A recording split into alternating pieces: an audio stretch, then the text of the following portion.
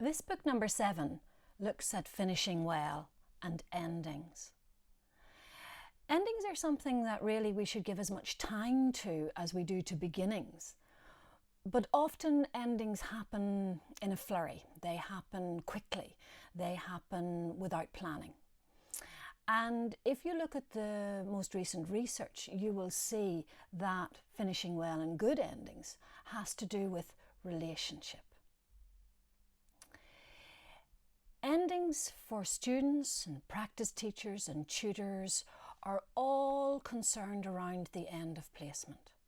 But really and truly, if you look at where endings begin, they begin as the student ends their academic piece and moves into placement. And how do students cope with that? And how often are they asked, how did you make that transition? What was that transition like for you?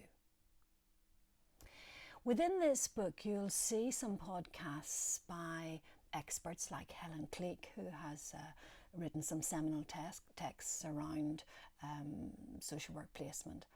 And also, what is interesting, a podcast from a service user talking about how they see endings and how they saw endings with regard to a social work interaction. Students themselves tend to worry somewhat as they come to the end of placement. They worry about the future for themselves. They worry about possible despair at the lack of resources that they've encountered. They worry maybe about not being able to recognise boundaries. And finally, I think they worry about how they will sustain their progress that they've made on placement. And so these are all really important areas for the practice teacher and the tutor to look at with the student as they come towards the end of placement. This is the final book in the series, Social Work Placement, New Approaches, New Thinking. I hope that all of the books or some of the books have been of value to you.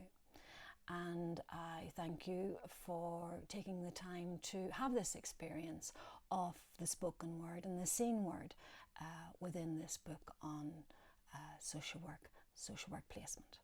Thank you.